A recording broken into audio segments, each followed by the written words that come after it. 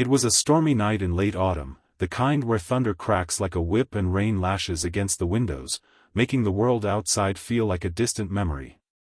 I was alone in my small apartment, nursing a cup of coffee that had gone cold hours ago, when my phone buzzed. It was her, Elena. "Can I come over? I can't be alone tonight." My heart skipped.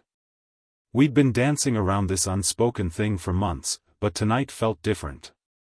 Little did I know, her simple question would unravel everything, leading to the moment where she whispered, "Can I share your bed?" And I, with a smile that hid a lifetime of fears, replied, "Only if you share my forever." If that jolts you, stick around. This story will pull at your heartstrings and remind you why love is worth the risk. And if it resonates, hit that like button and subscribe for more tales that make you feel alive. My name is Alex, and at 28, I thought I'd seen enough of love's wreckage to swear it off for good. Growing up in a fractured home, where my parents' arguments echoed like thunderclaps, had left me wary. Dad left when I was 10, chasing some fleeting dream, and Mom drowned her sorrows in work, leaving me to fend for emotional scraps. I built walls, high, impenetrable ones. Relationships? They were casual flings, nothing more. Until Elena crashed into my life like that storm outside.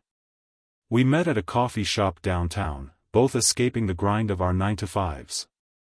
I was a graphic designer, buried in pixels and deadlines. She was a teacher, shaping young minds with patience I envied. She spilled her latte on my sketchbook that day, apologizing profusely with eyes that sparkled like emeralds under the cafe lights. "I'm such a klutz," she laughed, and in that moment, her warmth chipped at my defenses. We talked for hours, about books, dreams, the little things that make life bearable. She was 26, with a spirit that lit up rooms, but I sensed shadows in her past too. Her ex had cheated, leaving her doubting her worth. We became friends, the kind who texted late at night and shared inside jokes. But friendship has a way of blurring into something deeper when you're not looking. Months passed, and our bond grew. We'd grab dinners after work, walk through parks where leaves crunched underfoot, sharing stories that peeled back layers.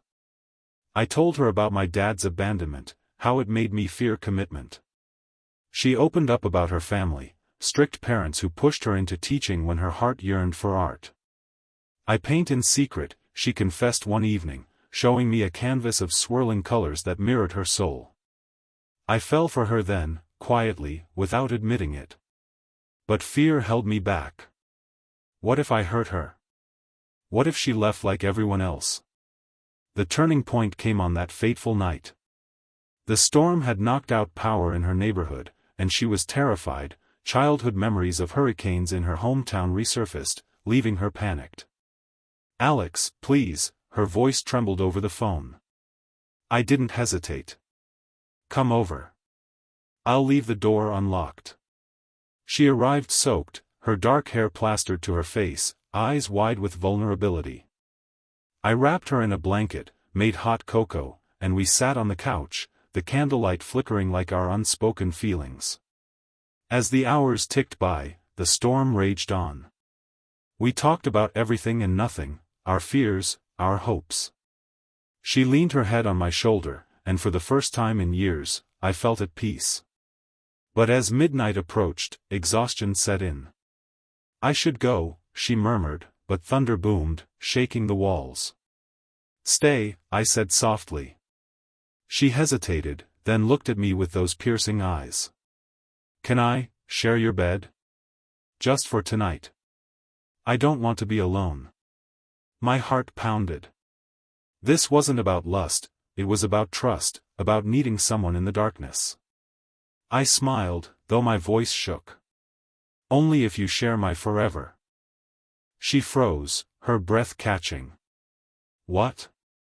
I took her hand, feeling the warmth seep through my fears. "Elena, I've been scared to say it, but I love you.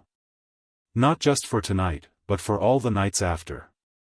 If we're doing this, let's do it right, commit, build something real." Tears welled in her eyes, a mix of surprise and joy. We didn't sleep much that night, not in the way you might think. We talked until dawn, unraveling our souls under the sheets, promising to face the world together. But love isn't a fairy tale, it's a battlefield. The next morning, reality hit. Elena's ex, Mark, resurfaced, texting her apologies and pleas. He was charming, the kind who knew how to manipulate. He's just lonely, she said, but I saw the doubt creep in. My own insecurities flared. What if she chose the familiar pain over the unknown with me? We argued for the first time, voices raised in my kitchen. You think I can just forget my past? She snapped. And you? You're so guarded, Alex. How do I know you won't run? It stung because it was true. That fight was our first challenge, forcing us to confront the ghosts we'd buried. We took a step back, giving each other space. I threw myself into work, designing logos that felt hollow without her input. She focused on her students, but her paintings grew darker, reflecting the turmoil. Days turned to weeks, and the silence gnawed at me. One evening, I showed up at her door with a bouquet of wildflowers, her favorites. I'm sorry, I said. I pushed too hard that night. But I meant every word. I want forever, but only if you're ready. She pulled me inside, and we talked, really talked. She admitted Mark's messages had tempted her, a safety net from the fear of new heartbreak. But she chose me, us. Your words that night, they scared me because they felt right, she whispered. Our relationship deepened from there, but more hurdles awaited. Elena's parents disapproved when we went public. He's not stable enough, her father grumbled during a tense dinner. They wanted her with someone practical, not a creative like me. It echoed my own family's fractures, triggering old wounds. I doubted myself, was I good enough? Elena stood firm, defending us. Love isn't about perfection, it's about growth, she told them. Slowly, they came around, seeing how we supported each other. I helped her pursue art classes on weekends, and she encouraged me to pitch my designs to bigger clients. We faced financial strains too. My freelance gigs dried up during a slow season, and her school funding cuts stressed her out. We budgeted, cooked cheap meals, and turned it into adventures, like picnics in the park with homemade sandwiches. The biggest test came 6 months in. Elena discovered a lump during a routine check, benign, thank God, but the scare shook us. Waiting for results, we held each other through sleepless nights. If it's bad, promise you'll stay, she said, voice breaking. I kissed her forehead. Forever means through everything. It bonded us deeper, teaching us resilience. We emerged stronger, appreciating the fragility of life. A year after that stormy night, under a sky clear of clouds, I proposed on the same couch where it all began. She said yes, tears streaming, and we married in a small ceremony surrounded by friends who'd watched our story unfold. Today, we have a home filled with her paintings and my designs, a dog named Storm to remind us of where we started, and dreams we're chasing together.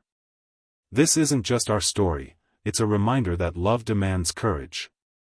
It jolts you from comfort, asks for your all, and rewards with a forever worth fighting for. If you've ever hesitated in love, take the leap. And if this tale moved you, like the video, it helps spread these stories, and subscribe for more heartwarming journeys. Who knows? Your forever might be one storm away.